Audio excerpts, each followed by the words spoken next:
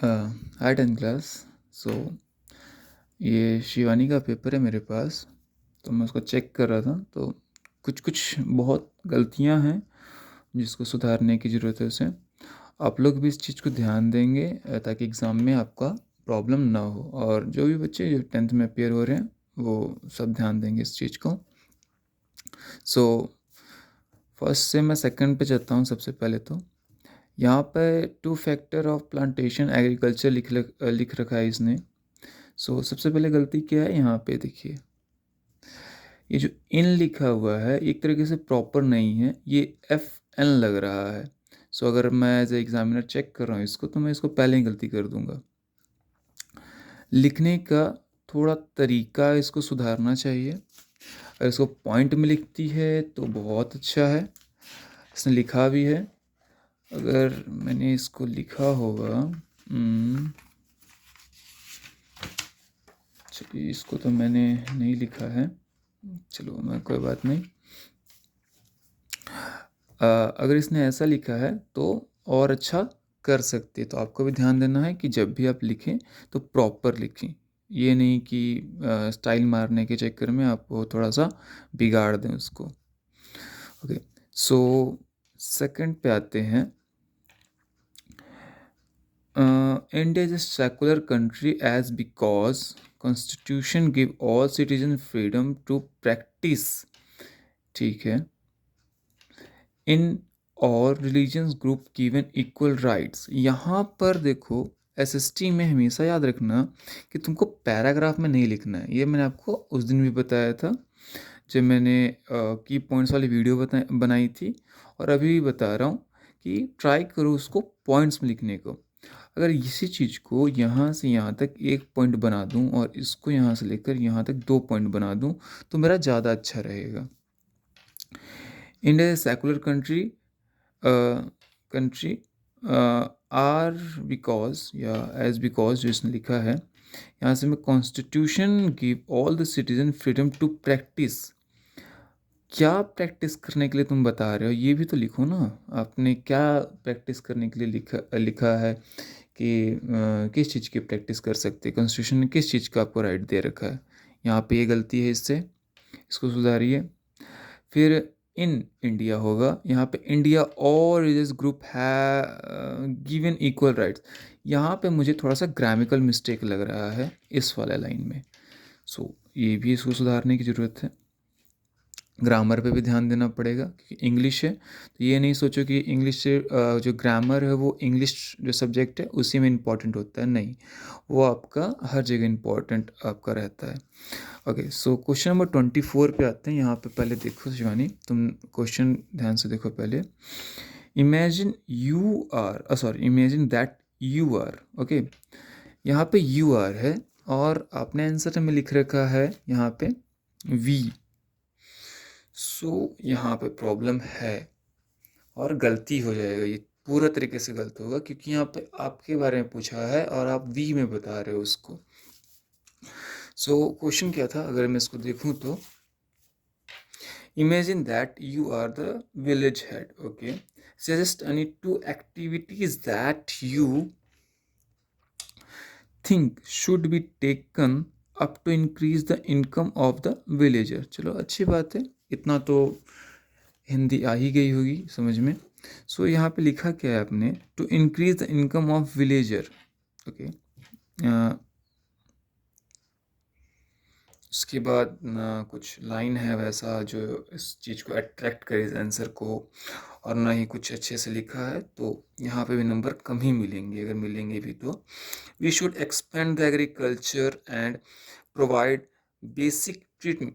भाई ये तो आपको एग्रीकल्चर के बारे में बोल ही रहा है कि क्या कर सकते हैं, आप एक्सपेंड करने की बातें कर रहे हैं तो आप लिखिएगा नहीं। जैसे इसको मैंने यहाँ पे आंसर लिख रखा है, देखो इसमें क्या लिखा है मैंने, अगर अच्छे से दिख रहा होगा, as the village head here are 2 activities that can be implemented to increase the income of the villager. मतलब कि मैं एज ए विलेज हेड हूँ और मैं ये कर सकता हूँ। पहला क्या है, promote small scale industry like dairy farming, और मेकिंग पिकल्स, जैसे कि मैंने आपको बताया था कि जो गांव देहात होता है वहाँ पर देखिए क्या, जो छोटे मोटे घर होते हैं उनमें डेयरी का एक तरीके से आप हर जगह में देखे होगा कि जो लोग दूध दूध बेचते हैं। मैंने आपको एग्जांपल भी दिया था कि अ, जो एग्जांपल दिया था कि जो सुधा दूध जैसे कि हो गया, या अमूल का जो मैंने आपको बताया था कि गांव देहात से जो लोग हैं वो अपना जो मिल्क होता है, दूध जो गाय वो देती है, वो उन लोग को दे देते हैं ताकि वो उससे एक इनकम जनरेट कर सके।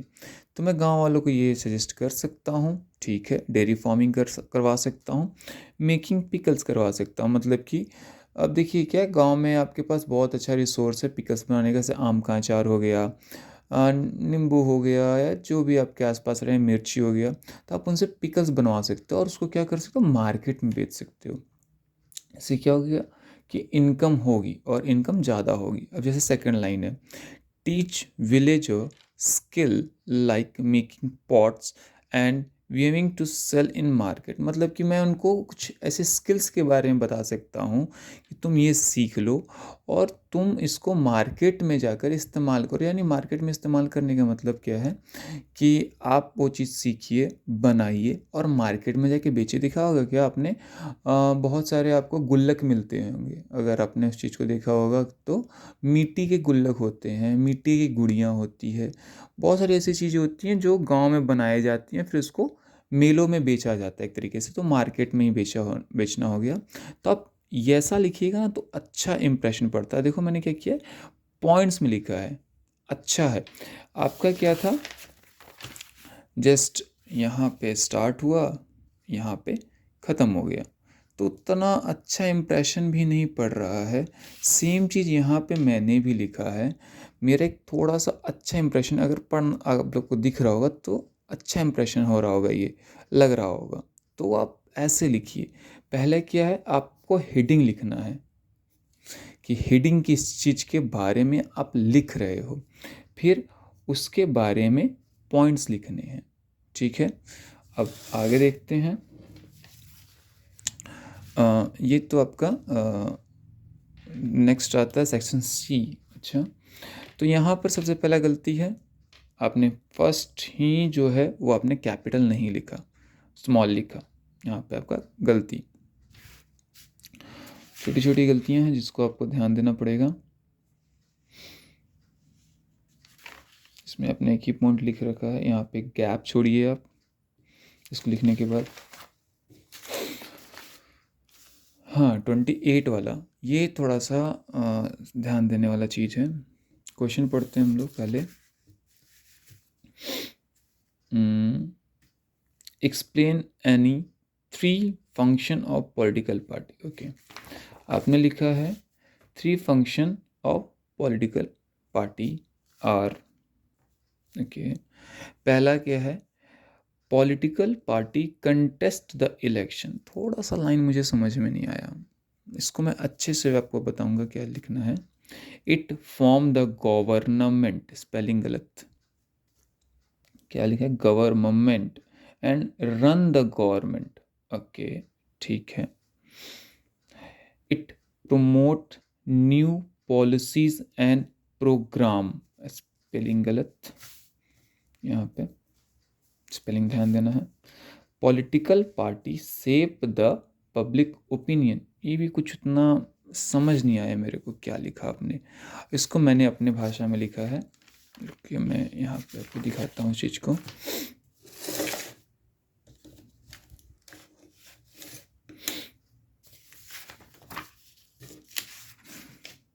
ट्वेंटी एट सो यहाँ पर आप देख पा रहे क्या, पहले मैंने हेडिंग दिया 3 फंक्शन ऑफ पॉलिटिकल पार्टीज लिखा है मैंने, यहाँ पे पार्टी वहाँ पे लिखा तो पार्टी लिख सकते हैं, मेरे से हो सकता है मिस्टेक हो गया हो, मैं पार्टीज लिख चुका हूँ। कंटेस्टिंग इलेक्शन, देखो कंटेस्टिंग इलेक्शन एक तरीके से ये एक पॉइंट है, उसके बाद उस पॉइंट में लिखा है मैंने party select candidate and fight election.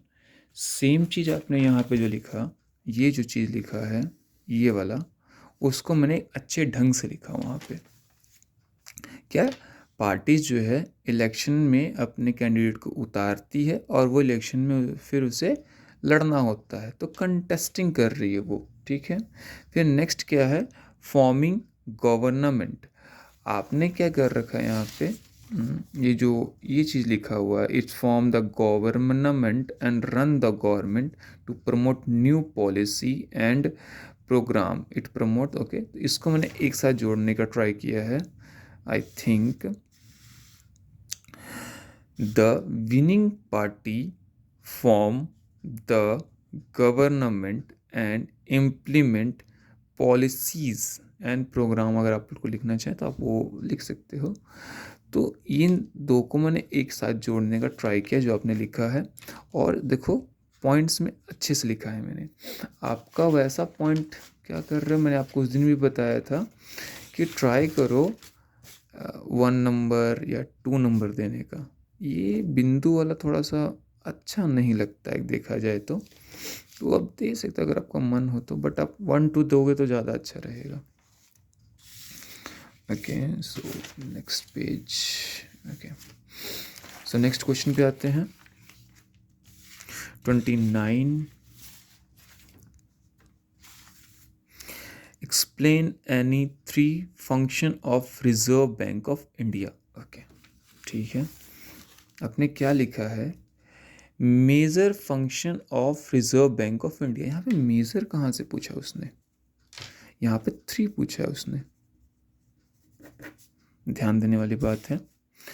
वहाँ पे फिर से वही प्रॉब्लम आपका आया है कि उतना अच्छी पॉइंटिंग नहीं है, मैंने आपको क्लास में भी बताया था इस चीज़ को। सो देखो यहाँ पर जो लिखा है आपने, it is the only authorise to issue the currency in India, it distribute control, या पता नहीं क्या लिखा है, डिस्ट्रीब्यूट, तो यहाँ पे स्पेलिंग भी गलत हो सकता है अगर आपने जो डिस्ट्रीब्यूट लिखा होगा तो। कंट्रोल करेंसी इन इकोनॉमी, अच्छा। Sometimes it also give loan to government, okay, ये भी ठीक। यहाँ पे RBI control the market activity, चलो। It also control the credit and money in the Indian economy, अच्छा। इसको मैंने अपने भाषा में लिखा है, इसको देखते हैं। यहाँ पे सेम चीज़ है, सेम पॉइंट्स हैं। पहले तो मैंने हेडिंग दिया, the RBI is the central bank of India and its function include, its function include. यहाँ पे देखो मेरे से गलती हुई क्या थी, मैंने आरबीआई लिखा था। सबसे पहले आपको ट्राई क्या करना है, इसका फुल नेम लिखना होगा। फुल नेम लिखने के बाद इसको आप ऐसे शॉर्ट में दे सकते हो, जैसे यहाँ पे मैंने लिखा 3 मेजर। आपने मेजर जो लिखा, अगर उसको मैं ध्यान दूँ तो वहाँ पे 3 लिखना ज़रूरी था, इसलिए मैंने बोला मेजर नहीं पूछा गया वहाँ पे। 3 मेजर फंक्शन या 3 function of reserve bank of India. यहाँ पे देखो इशूइंग करेंसी मैंने एक तरीके से टॉपिक दिया, उसके बाद it is the soul authority for printing currency in India, मतलब कि उसी के पास अधिकार है कि वो नोट्स को प्रिंट कर सकता है। कंट्रोलिंग इन्फ्लेशन, क्या है ये, inflation. Manage credit and money supply to stabilise the economy. यहाँ पर मैंने आपको इस आंसर को भी लिखा जो आपने लिखा था यहाँ पे, it control money supply in economy. ये भी आप जो आपने यहाँ पे लिखा, कहाँ गया, कंट्रोल मनी सप्लाई, यहाँ पे कंट्रोल करेंसी इन इकोनॉमी जो था, इसको थोड़ा सा यहाँ पे मैंने चेंज करने का ट्राई किया, it control money supply in economy, ठीक है। थर्ड पॉइंट, क्योंकि ये 3 नंबर का क्वेश्चन है तो इसको थोड़ा अच्छे से लिखेंगे तो हमको ज़्यादा अच्छा मिलेगा। नंबर 1 दिया मैंने, नंबर 2 दिया, number 3 loans to government, provide loans to the government during financial crisis. ये आप लिखिए, ज़्यादा अच्छा रहेगा। यहाँ पे गवर्नमेंट का थोड़ा सा मेरे से कर्सिव में लिख रहा तो प्रॉब्लम आ गया थोड़ा सा, अदरवाइज इस तो के, तो आप ऐसे लिखिए, इससे अगर आप ट्राई देखिएगा क्या, ये थोड़ा-सा इम्प्रॉपर लग रहा है और ये एक तरीके से प्रॉपर लग रहा है मेरे को। यहाँ से स्टार्ट करूँगा अभी मैं। और हाँ, इसके बाद आपको, जैसे कि मैं तो यहाँ पे नहीं लिखा, ये तो मेरा रफ टाइप से था, तो आपको लास्ट में ये भी मैंने बोला है कि आप पेंसिल से ऐसे कर भी दें आपको तो ज़्यादा अच्छा रहेगा। क्या आपने क्वेश्चन यहाँ पे ख़त्म कर दिया, ये भी आपको ध्यान देना है, ये ज़रूर दीजिएगा अगर आप एग्ज़ाम में लिख रहे हैं तो। 30 देखते हैं। 30 में फिर से वही प्रॉब्लम, फर्स्ट लेटर ही आपका यहाँ पे स्मॉल है, उसके बाद कोई प्रॉपर हेडिंग नहीं है आपका, यानी किस रिलेटेड लिख रहे हैं आप। First world war on the economic and political situation of India, वैसा कोई अच्छा हेडिंग नहीं लगा मुझे इसमें, सच बताऊं तो। फिर यहाँ पे सिली मिस्टेक्स, रिक्वायरमेंट का स्पेलिंग देखना पड़ेगा क्या लिखा आपने। उसके बाद यहाँ पे प्राइस है कि प्राइस है, ये भी आपको ध्यान देना है, यानी सिली मिस्टेक्स। ये पता नहीं क्या लिखा है, अगर ये बिहार लिखा हुआ है तो बहुत गलत है, क्योंकि बी बड़ा होगा।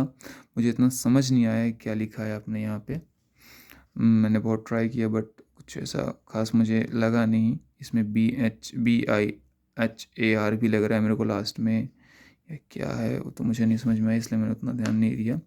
यहाँ पे ये क्या चीज़ लिखा आपने, माई प्लेस, ये क्या है उतना कुछ समझ भी नहीं आया। Destroyed with the famine and disease, तो यहाँ पे तो इंडिया के बारे में पूछ ही रहा है ना, तो आपने माई प्लेस का क्या यहाँ पे जिक्र किया, कोई ऐसा क्वेश्चन में जिक्र है। Analyse the implementation of first world war on the economic and the political of India, India के बारे में पूछा हुआ। देखिए यहाँ पे योर प्लेस नहीं पूछा हुआ है, योर प्लेस और एनीथिंग, जस्ट जहाँ पर रहते हैं या आपके आसपास, ऐसा कुछ पूछा नहीं है इसमें। तो यहाँ पे आपको उस चीज़ को भी ध्यान देना है, जितना आप पूछे उतना ही लिखिए। हाँ, ये डाटा थोड़ा सा मुझे अच्छा लगा जो आपने यहाँ पे मेंशन किया कि इतने लोग मर गए थे हंगर के कारण, इसको आप इसी के साथ जोड़ दीजिएगा। अगर ये प्लेस वाला आप नहीं लिखिएगा तो यहाँ पे बस लिख सकते हैं कि इंडिया में उस टाइम पे बहुत ऐसा सिचुएशन आ गया था जिसके कारण फेमाइन और डिजीज़ से बहुत सारे क्रॉप्स डिस्ट्रॉय हो गए थे, और लगभग जो आपने डाटा दिया है इतने पीपल्स भूख के कारण मर गए थे। ये अच्छा रहेगा। 31, ये true roadways at the age of the railway, because यहाँ पे आंसर मैंने लिखा हुआ है। यहाँ पर देखते हैं, हेडिंग सबसे पहले इम्पॉर्टेंट है, हेडिंग दिया मैंने, roadways have several advantage over railways due to their flexibility and accessibility. First connectivity पे मैंने लिखा, roads connect remote village and town where railways cannot reach. उस दिन भी डिस्कस किया था हम लोगों ने कि रोड जो है हमें हर जगह पे कनेक्ट करने का काम करता है जहाँ पर रेलवे नहीं पहुँच सकता है। Flexibility, vehicles can be used any time whereas train follow fix schedule. जैसे कि मुझे रात में कहीं जाना है, वो भी मैंने आपको बताया था कि रात में मुझे कहीं पे प्रॉब्लम हो गया, मुझे जाना है, तो मैं at a time 2 wheeler 3 wheeler जो भी आपके पास है वो रोड पे चला के मैं जा सकता हूँ। बट अगर मुझे ट्रेन से जाना होगा तो मुझे वेट करना पड़ेगा कि इस टाइम पे ट्रेन आएगी, हो सकता है ट्रेन लेट हो, तो ये भी थोड़ा सा एक डिसएडवांटेज रेलवे का बोल सकता हूँ मैं। तो यहाँ पे व्हीकल्स यानी रोडवेज अच्छा चीज़ है। Cost effective for short distance, long distance की बात किया जाए तो उसमें रेलवे ज़्यादा अच्छा है, शॉर्ट डिस्टेंस की बात किया जाए तो वहाँ पर आपका ये रोडवेज ज़्यादा अच्छा है। Cheaper and faster for short distance travel and goods transport, अगर मुझे कोई गुड ट्रांसपोर्ट करना मानो अपने ही जगह पर, मान लो कि इस जगह से इस गांव से दूसरे गांव पे ट्रांसपोर्ट करना है, या फिर इस डिस्ट्रिक्ट से दूसरे डिस्ट्रिक्ट में ट्रांसपोर्ट करना है, तो मैं यहाँ पे रोडवेज़ का ज़्यादा सहारा लूँगा। क्यों? क्योंकि वो अगला पॉइंट में देख लेते हैं इसको, डोर टू डोर सर्विस हो जाएगा वो, मैंने मेरे घर से वो पिक करेगा या फिर मेरे वेयर हाउस से पिक करेगा उस सामान को, और वो दूसरे वेयर हाउस में जाके डायरेक्टली उस चीज़ को दे देगा। अगर मैं रेलवेज़ में दूंगा तो क्या होगा, पहले मुझे अपना सामान लोड कराना पड़ेगा, स्टेशन जाना पड़ेगा, स्टेशन जाने के बाद फिर उसको मुझे ट्रेन में लोड कराना पड़ेगा, फिर ट्रेन से वो आदमी या फिर मान लो कि मेरा ही कोई कॉन्ट्रैक्ट बेस पे वो उस सामान को उस वेयर हाउस तक पहुँचाए, तो बहुत अजीब सा सिचुएशन हो जाएगा इस तरह को देखा जाए तो। इसलिए मैंने क्या किया, मैंने अपने door to door service use कर लिया, यानी व्हीकल्स को अपने ही गोडाउन से सामान उठाने को बोला और उस गोडाउन या वेयर हाउस में जाकर भरने को बोल दिया। तो क्या है, ये डोर टू डोर सर्विस भी देता है। Insure goods and passenger can be delivered directly to their destination. ये भी ठीक है। पॉइंट्स में भी देखो कैसे लिखा है मैंने, ये भी आपको ध्यान देना पड़ेगा। ओके, ये थोड़ा सा ठीक है, ऐसा मैं नहीं बोलूँगा, बट ये सब इनफॉर्मल में आ जाता है। ये जो आपने किया उतना अच्छा नहीं भी लगेगा। इसका मैंने लिखा था, हाँ लिखा तो है, देखो क्या लिखा, कैसे लिखा है मैंने। Globalisation had significantly impact India in the following ways, heading. उसके बाद इकोनॉमिक ग्रोथ आपने भी लिखा है, ऐसा बात नहीं है। Market information technology improve the foreign exchange, ये पॉइंट अच्छे हैं। इंटरकनेक्शन, पॉइंट्स अच्छे हैं, ये सारे पॉइंट्स अच्छे हैं, थोड़ा सा लिखने का तरीका आपका थोड़ा सा चेंज है, मतलब इनफॉर्मल या फिर उतना बोल सकते अच्छा नहीं था। तो इकोनॉमिक ग्रोथ में देखो, increase interconnection with globe market has boosted trade and foreign investment. Same चीज़ आपने यहाँ पे जो लिखा है, interconnection between different countries, same चीज़ मैंने यहाँ पे लिखा।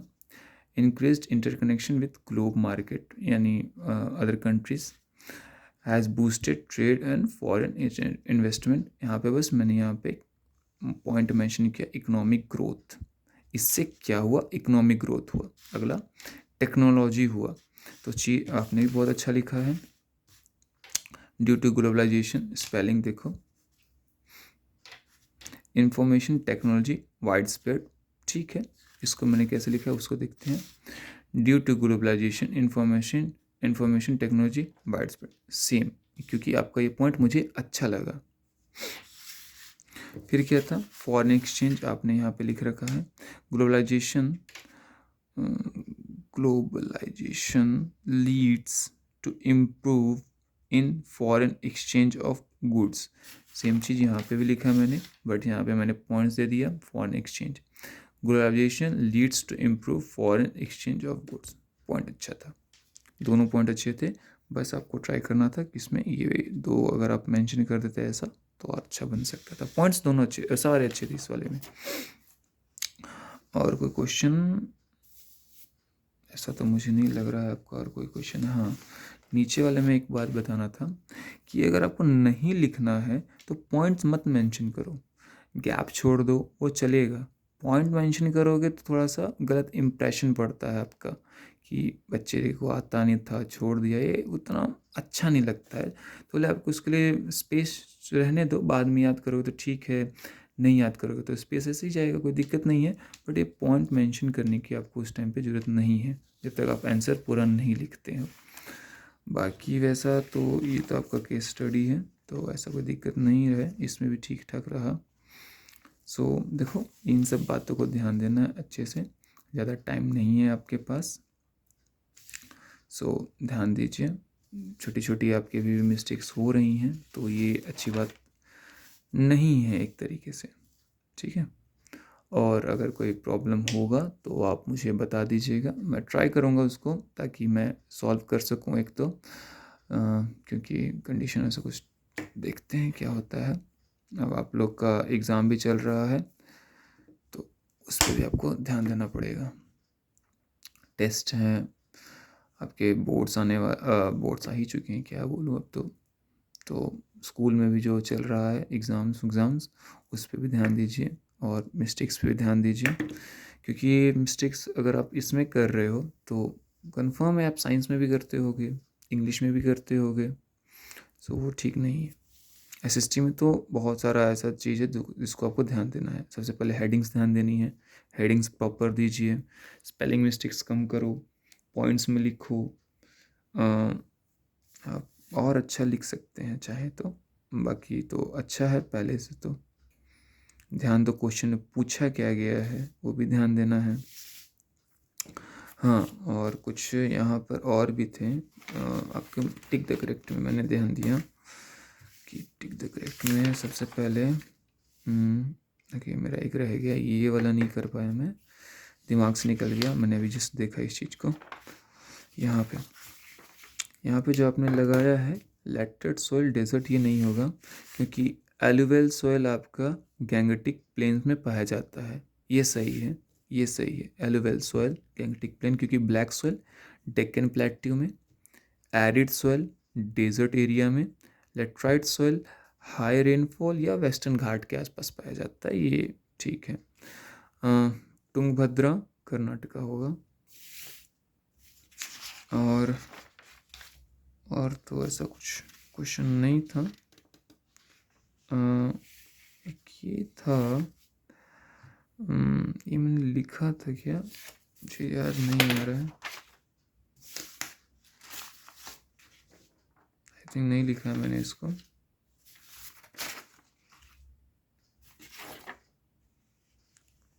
देखो क्या हुआ, how the information technology affect electric industry, इसको देखोगे तो क्या मतलब है।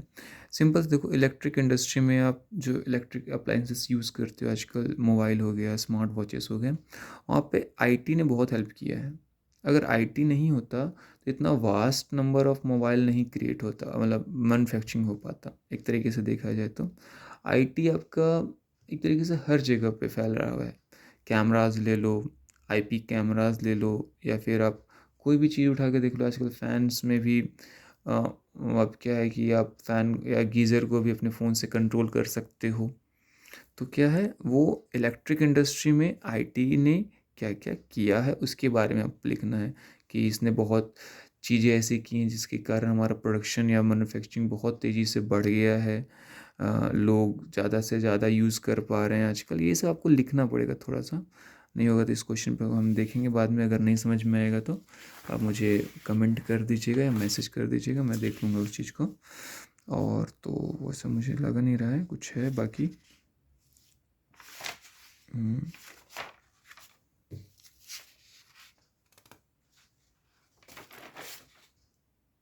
हम्म, यहाँ पे लास्ट रह गया था क्या, सलाल डैम, वो आपका जम्मू एंड कश्मीर के अंदर है, वो आपको ध्यान देना होगा। सो आज के लिए इतना ही रखते हैं, और कुछ हुआ तो आप मुझे बता दीजिएगा, मैं वो देख लूँगा। थैंक यू, और पढ़ाई पे ध्यान दीजिए आप लोग।